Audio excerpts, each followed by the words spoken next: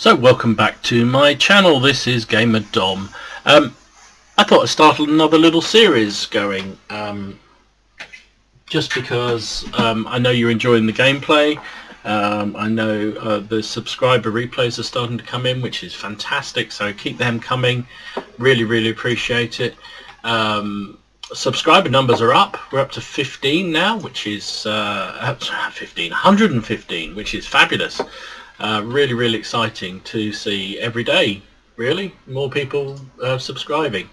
And you know, it's one of those things when you watch a video on YouTube and the creator says, you know, please like and subscribe, and you go, yeah, right, I'll do that maybe, and you don't really think about it. But when you've actually been the one creating stuff, you suddenly go,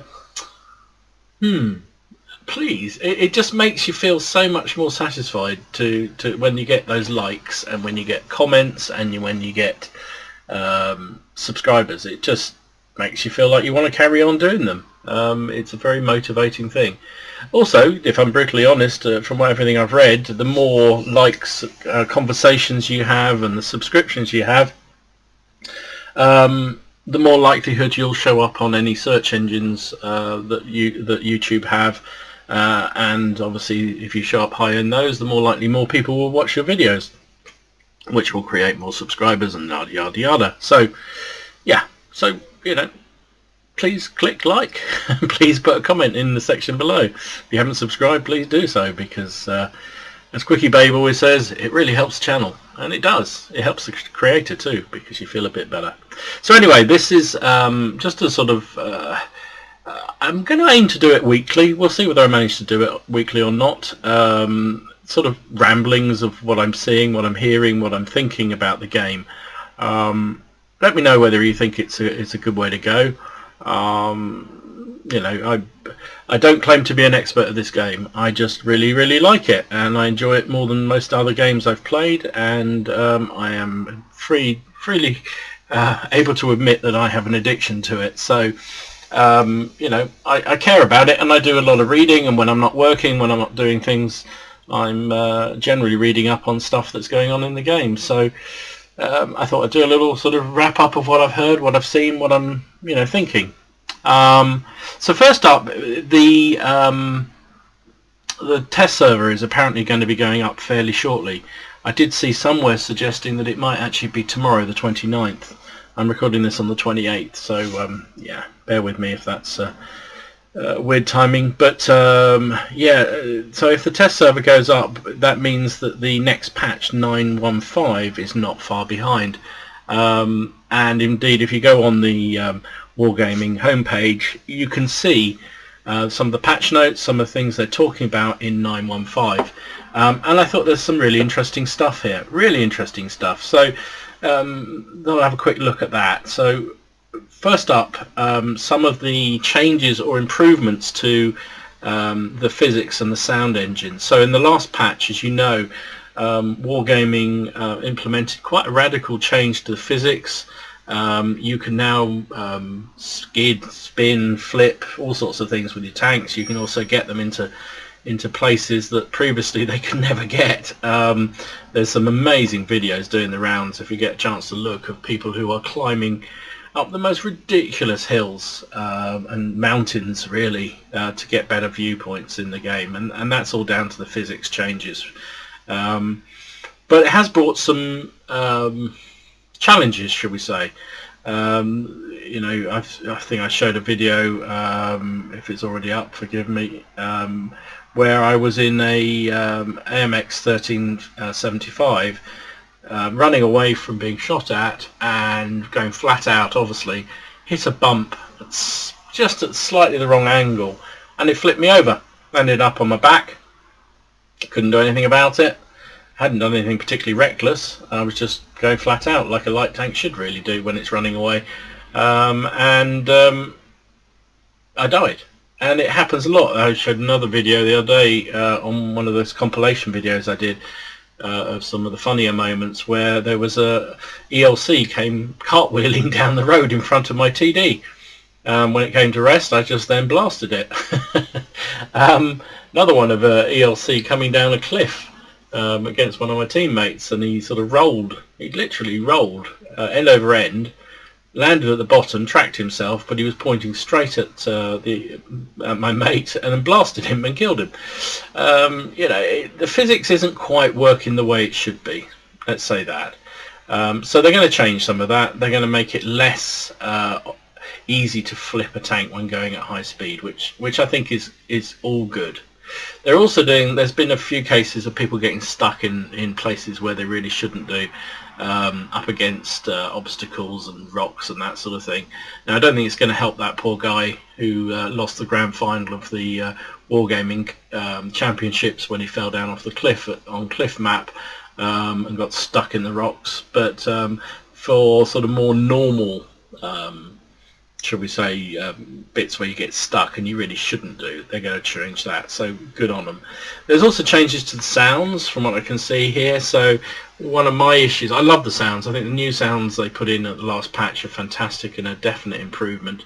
But one I wasn't terribly sure about was being hit by a tank. It sounded like one of those cartoons. I was big into Tom and Jerry as a kid, and when Tom or Jerry hit the other one over the head with a frying pan, you got that doing, and a lot of the shell hits sound like that. So they're going to improve apparently going to improve the sound of shells hitting. They're also going to add in a sound for when your binoculars and your camo net activate. So in the same way as the Sixth Sense sound, you'll get something for binos and camo, which I think is also a nice touch.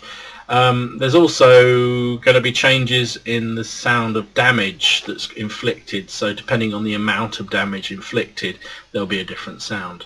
And for those of you who listen to the game or play the game with really good sound systems, there's going to be different ways of selecting sound quality, so it should support some of the better sound systems that people might run, which again is great. And I think all these changes are great to see, because it shows that Wargaming are living up to what they originally said they would do when they pulled the plug on the Rubicon patch. They said that they were going to concentrate on making the game better rather than adding new stuff in, and they were going to correct things which weren't working, and that seems to be what they're doing, so hats off. I think it's about time they did it. I think they were in danger of losing ground to some of the other competition out there, like Armoured Warfare.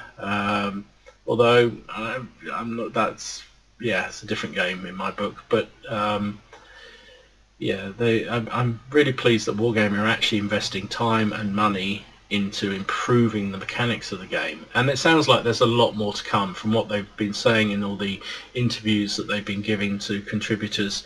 There's a lot of stuff coming down the pipe in terms of improvement to the game, changes to the artillery maybe, one of the most controversial things in the game, new maps, changes to the existing maps to make them less corridor, that sort of thing. And GG, I think that's really to be applauded. So good at Wargaming of finally listening to the player base.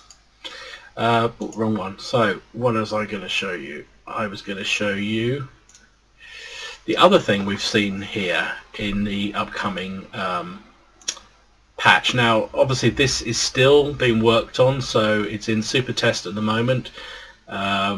We don't know whether any of these things are really going to happen. There's a certain degree of, well, we'll just have to see what comes out of it. But let me just increase the size of this because it makes it easier to read. Here we go. So they are also proposing a whole load of nerfs and buffs to a number of tanks in the game, including a lot of the premiums, the less popular premiums, so we say. And generally, from what I understand, the way Wargaming do this, they review the performance of vehicles on the various servers, and if they see that A, people are buying them, or B, their win rate is really low, their damage rates are really low, it'll be flagged, and then they start to look at what the problem is and ultimately improve the tanks in their book. So, or buff or nerf them as well, which is the other thing. So there's a lot of changes being worked on. And again, caveat. These are in super test at the moment. We have no way of knowing if they will all go through into the patch when it finally comes through. But it does show some indications of where Wargaming are thinking, and also sort of shows how some of these tanks are performing. So first one I'm going to look at is the 59 pattern, which I've got. I really like it. I think it's actually a really good tank, but clearly it isn't performing as well as intended. You don't see it that often. It didn't sell very well. It hasn't been on sale that much on the EU server. I think I've only recall it was sold once over Christmas. But whatever, it didn't do very well, and it's a sort of bastardization of the Type 59. So it's got a Type 59 hull and a pattern turret on it, and it looks really, really weird. But changes, and it's getting a lot of buffs by the look of it. So they're increasing the reverse speed, view range is going up, the aiming time is being reduced, the loading time is being reduced, and dispersion is also reduced. So all of those things should make this tank a much more competitive vehicle than it was before. And as I say, I didn't think it was a bad tank anyway. I quite like it. I don't play it that often, but it's kind of nice. It's a good crew trainer for my Chinese medium crews. So that's exciting. The Skoda T40, which is the Czechoslovakian tier 6 medium tank, which was the premium they bought out before they bought out the new Czech line. I don't like this tank. I find it really, really, I don't like it. It's too big, it gets spotted too easily, and it's got zero armour. The one thing I thought actually was quite good on it was the gun, and actually they're proposing to buff the gun even further. So penetration from 132 to 145, which is okay if they think that's necessary. What's interesting is that same gun that tank carries also is on one of the VKs on the German line. Obviously it's a German version, this is a Czech version, but they're effectively the same gun. But the VK isn't being buffed, so it's just this Skoda. So there you go. What else? Achilles, which is the tier 6 turreted TD on the British line. It's kind of like a Wolverine, but with a 17-pounder gun on it. It looks like they are going to improve its aiming time and damage per minute, which is always good in a TD. So they're going to decrease dispersion on the move, dispersion when hull traverse is being increased by 4%. So obviously you can fire it better when you're moving, but less so when you're turning, which is interesting. Reload time is being reduced, and dispersion is also reduced. So good, all good. The Challenger, which I have to say, look at all the changes on the Challenger. I have to say the Challenger was one of my least favourite tanks in the game so far. I found that really, really tough to play. It follows on directly after that Achilles. It's the tier 7 British turreted TD. In my experience, it just didn't have anything going for it. The gun just doesn't have any alpha. Penetration wasn't fantastic. And at the tiers it would have to fight, tier 7 TDs obviously you can see up to tier 9 matches, you just didn't have the stopping power. And you know, it's a fast vehicle, but really, yeah, just really naff. So they're doing some significant buffing of this vehicle. So traverse speed is improved, dispersion on the move is decreased, so far better. That's a big decrease, 14%. Dispersion with hull traverse is decreasing by 7%. Dispersion on the move with the other suspension is 15%. Dispersion with hull traverse with the other suspension, so I think that's the basic one, is 8%. Reload time for the 17-pounder reduced. Dispersion of the 17-pounder reduced. Aim time of the 17-pounder in the other turret also reduced, and load time in that turret reduced. So basically they are buffing this one fantastically to make it a much more competitive vehicle. So I think that's good, because I think that's a god-awful tank in my book. Some of the others, the A32, you will not see that tank. It is very, very, very rare. It was one of the first, I think it was in some sort of pre-order package, so we won't talk about that, but that's having a buff for that, those that matters. T-54 lightweight, this will annoy a lot of players. This tank is a tier 8 Russian light tank. It's seriously good. In the hands of somebody who knows what they're doing with it, it's as good as a medium. It's got actually bizarrely pretty good armor, a reasonable gun. It's almost like a T-54 at tier 9, but it's at tier 8. So it's you see these things in the hands of unicorns, and they just run rings around everything and destroy everything. So they're buffing it. Nerfing it. Not the buffing it. That would be terrible. They're nerfing it. Reload time down from 7.6 to 8.2, which is quite significant. Aiming time reduced, not a huge amount. Aiming time is increased, by 0.1, so not a massive amount, but you know, they'll be happy because that's one buff versus two nerfs. The reload time of the other gun is also reduced, so it's going to be slower at firing, slightly better aiming. So yeah, I don't know whether that's enough of a nerf, but I'm sure people who play that tank will be slightly annoyed by that. Now this is the daddy of all nerfs. This is the infamous, I will say that, infamous T-22 medium, which was the tank you could only get through the Rampage missions, and Rampage is being removed from the game in the next patch as well.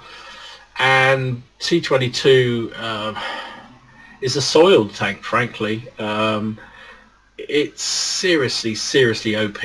A lot of people appear to have cheated to get it.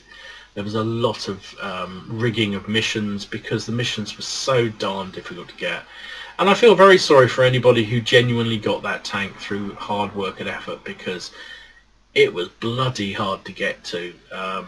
And everybody is being tarred with the same brush, and in the sense that it appears to have been got via rigging in most cases. So Wargaming are absolutely nerfing the bejesus out of it, which frankly it needed doing, because I fought them a couple of times and you just don't know what to do with them. It's supposed to be a medium tank. It's got armor like a heavy but moves like a medium. Just horrible thing. So traverse speed is getting a huge drop from 54 to 40, so it'd be less mobile. Dispersion on the move increased by 50%. Jesus. Dispersion with hull traverse decreased by 50%. So this mobile medium suddenly isn't. Then some of the hidden stats that you don't often see. The terrain resistance on soft ground reduced by 50%, on medium ground by 43%, and on soft ground by 33%. So that's a hidden stat you don't often see in the game, but every tank has its speed and traverse speed, which is all available, but there are also these stats around how good that they are on certain types of terrain. Some tanks appear to be quite slow, but then when you see the hidden stats on their ground resistance, they're suddenly very, very good. So it's but the T-22 is being nerfed across the board there by 50%, 43%, 33%. Wow. Aim time for the gun reduced from 1.9 to 2.4, which is pretty big change as well. Reload time also nerfed, 7.5 to 8.1. Dispersion when you traverse the turret by 50% reduced. Increased by 50%, so it gets worse. Dispersion of the gun from 0.33 to 0.38. Traverse speed of the turret from 48 degrees per second to 30 degrees per second. So yeah, if you've got that tank, tier 10 medium tank, and you got it genuinely, I think you feel pretty aggrieved. Not only are people bad-mouthing you for having it, because you must have got it via cheating, but now they're nerfing the bejesus out of it. I mean, look at those nerfs. Wow. If they all go through, that is a seriously neutered tank. It's still going to have that huge armor, so, you know, in a sense, it doesn't matter. I mean, one of the things about that tank is the armor on it is scary. So, moving on. There's a couple of tanks here which I won't dwell on because, again, they're limited edition tanks. You don't see them. The Panzer 5.4 Alpha getting some buffs. Same with the Panzer 5.4 not Alpha, also getting buffs. Well, who cares really, because nobody's got that tank. The Kronenjagdpanzer, which is a tank I didn't buy when it was on sale because I thought it'd be on sale again over Christmas, and it wasn't, and I regret it because I like my TDs. But interesting what they've done here. They've turned it, from what I gather, reading about this, people have been using it almost like the people use the E-25. You know, you rush around the battlefield because it's a very high-speed tank with a big gun, and they rush around the battlefield using its amazing mobility to shoot people and dirt people from close range. That's not really what it's designed for. So wargaming are nerfing its ability to shoot on the move, and when it traverses, by 20%, so that's quite significant. But in return, the aim time of the gun goes from 2 seconds to 1.8, which is fantastic, and then the penetration goes up by a whopping 26 millimeters.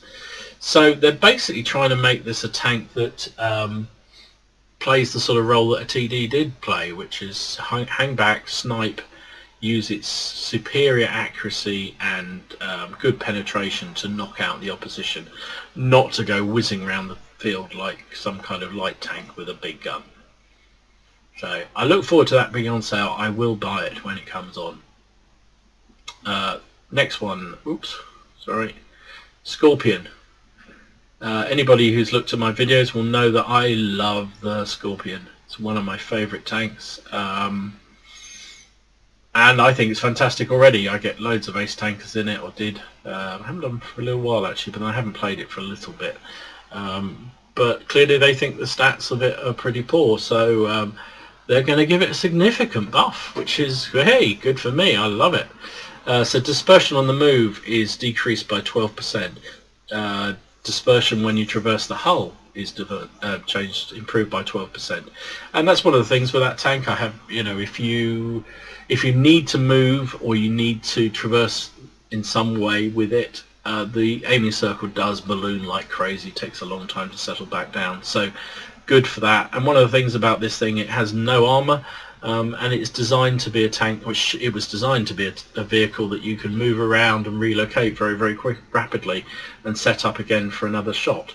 If your aim time goes to pot like it does at the moment, that makes it very hard to play that role. So 12% decrease in both of those, fantastic, GG. Reverse speed from 12 to 17 kph, which again I think is great. I have lost count of the number of times when I've got my Scorpion in a nice position, fired one shot, pulled back, immediately I've fired, but because it is so criminally slow to reverse, I've still been hit by 2 shells by enemies. Hopefully that increase of 5 kph will help that. Aim time is dropping from 2 seconds to 1.9. Oh, yes please baby. Yeah. I think the aim time's not bad already, so fantastic. Dispersion on when you move the barrel decreased by 29%. So again, they're trying to make this play a more historic role of a light TD that fires a shot, moves to a new location, fires a shot, moves to a new location. Tough to do it that way at the moment. It's got the speed, but the aim time and everything else goes to pot so easily, so I'm really excited about that buff. The T95E2, I think this was a it's a tier 8 American tank, and I think you only got it through the friend referral program. I don't know much about it, to be honest, but that looks like some fairly significant buffs to that vehicle. So if you got that, you'll be excited. The Tier 10 T95E6, again, you do not see this tank very often. I believe it was a Clan War reward tank, yeah, again, lots of buffs there. Not many people are going to have that, so I'm not going to talk about it. So moving down to some of the tanks that people will be more familiar with. So these are all the Japanese line, and there's some good news and there's some pretty awful news if you're into your Japanese heavy tanks, the super heavy tanks. So the lower tier one, the tier 3, which is the first heavy tank you can get to in the game in the tech tree, and it's a real disappointment. From what I remember of it, 0 armor. The gun wasn't too bad, but it's just horrible. But it's getting a lot of buffs there. So dispersion on the move decreased by 15%. Dispersion when you traverse the turret, the hull, sorry, 15% reduced. Dispersion on the move with the top suspension, 17% reduction. When you traverse with the top suspension, again, decrease of 17%, which is great. Reload time of the 47mm reduced by 0.1 of a second. Aim time of the 7cm gun reduced again. So, and reload time of the same gun reduced as well. So what else is dispersion of that gun is reduced as well. So basically, I mean, the gun of that thing wasn't too bad to begin with, and they've just given it even more of a buff. So I don't know that anybody's going to stick around using that gun, but at least it won't put you off too quickly. Most people just grind straight through that one and sell it and move on. Don't know many people who will have kept the Type 91, but so moving on to the next one in that tier, the Type 95, which again I think very similar. It's weird, all the early tanks in the Japanese line, heavy line, have appalling armor and very good guns, very accurate guns. Then later on they all become very good armor and very little, and the guns are not very accurate, but they do a huge amount of alpha. So again, the 95 gets boost to its aim time for both its guns, which is great. Reload time of the 7.5cm gun is reduced as well. Dispersion when you traverse the turret with that gun is also decreased considerably, 29%, and it also gets a 10 hit point buff to its hit points. Well, every hit point is valuable, so I'm sure that's great. Moving on to the ones that will create consternation for seal clubbers everywhere. Look at this. This is the OI experimental, which is getting nerfed, big styly. And I don't think, I don't think anybody who has played this or played against it could say anything other than it's probably deserved. So starting at traverse speed, 22 currently, going to 20. So it's going to be slower at traversing. Dispersion when you traverse the hull, decreased by 9%. Neither are terrible, but you know. Traverse speed with the top suspension also decreased from 24 to 22. Dispersion when you've got that hull, got that track system, and you traverse your hull, down by 10%. Aiming time, that's a bit of a nerf for the. So that's the 10cm cannon, 2.6 to 2.8. Reload time of that gun goes up from 9.7 to 10.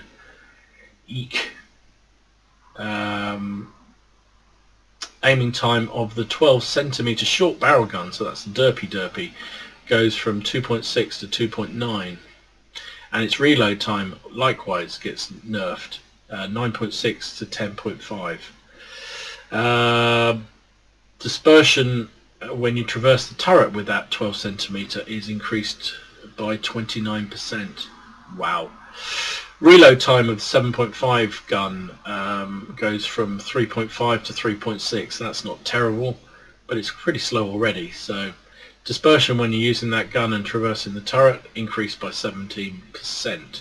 Aim time of that gun goes from 2.2 to 2.3. Not huge, but yeah. Reload time with the top turret, I think that is, goes from 3.6 to 3.7. Dispersion on the turret traverse goes for is increased by 20%, and dispersion the turret traversing speed goes from 26 degrees per second to 22 degrees per second.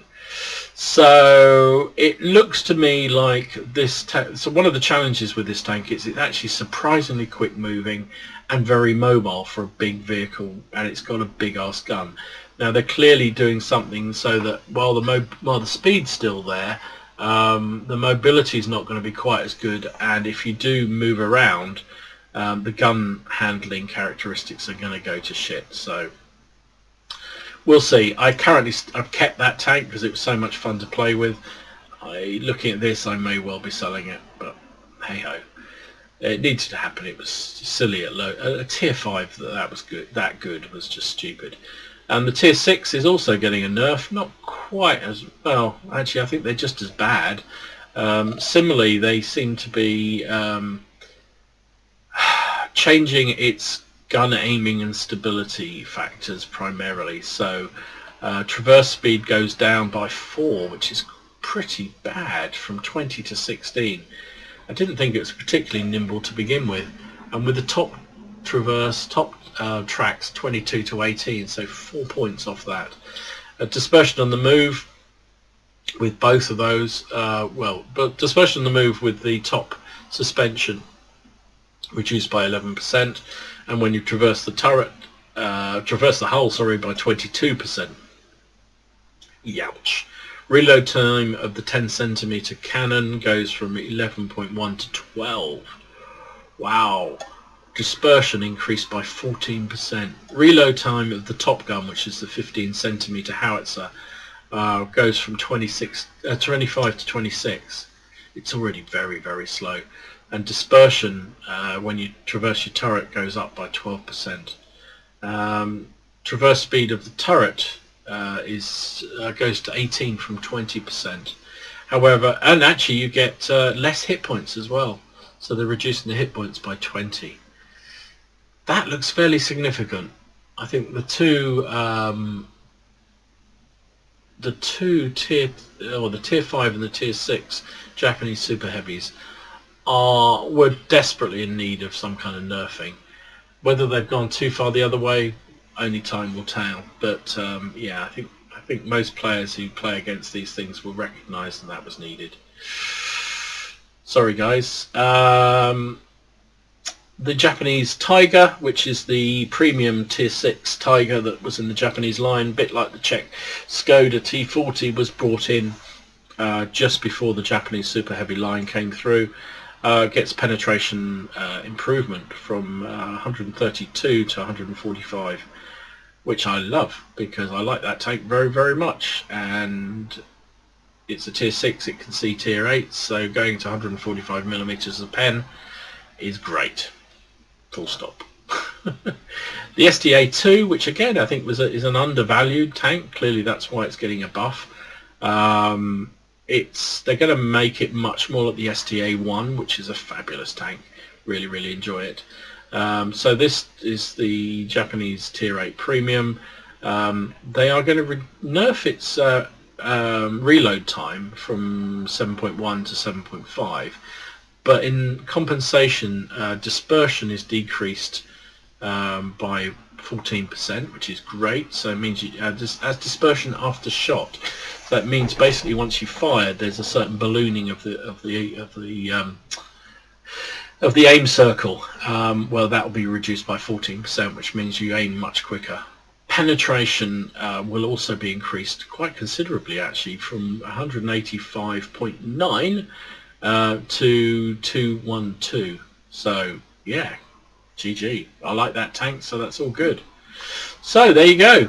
That's some of the changes that we're seeing lined up for the test server. And you know what? I think they look interesting. They look very, very interesting indeed. I look forward to the test server coming up and having a chance to try some of these out, because I think they're all to the good. I mean, the poor old OI and the OI experimental, well, you know, they look like they may be ones we will have to get rid of. If you kept it, I kept this thing because, yeah, I love it. It's one of those derpy things, a bit like a KB2 that when you have had a stressful day and you haven't won any games, you take it out and you blow people up because they really find it really hard to deal with. So anyway, that's my view of what's coming up in the next patch, and in the test server. As I say, once that's up, I will load it and I will go and have a play on it, and I'll try and bring you a video or two from the test server. Seemed to be very popular last time I did it, so yeah, I'll do that again, and you can see what they plan for us in the wonderful world that is World of Tanks. Anyway, any thoughts, any comments, any suggestions, please let me know. I'm trying to keep this reasonably short, this video, but any thoughts, anything you'd want me to cover off, please let me know. If you found this video helpful, please click like and subscribe, and yeah, I'll see you again soon. Thanks for watching. This is Gamer Dom signing out. Enjoy your games, have fun, try not to take them too seriously. It is a game, don't forget it. See you later.